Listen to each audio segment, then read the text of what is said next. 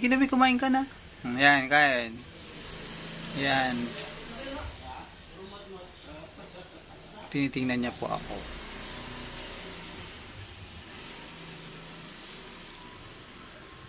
Yan po si Dags, ang aking alaga. Yan, pinakain ko siya ng nilagang saging. Tinirang ko siya sa aking So yan, tinititigan po niya.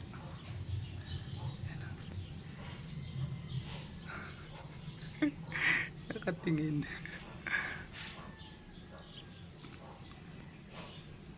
Isa mo na, Dags.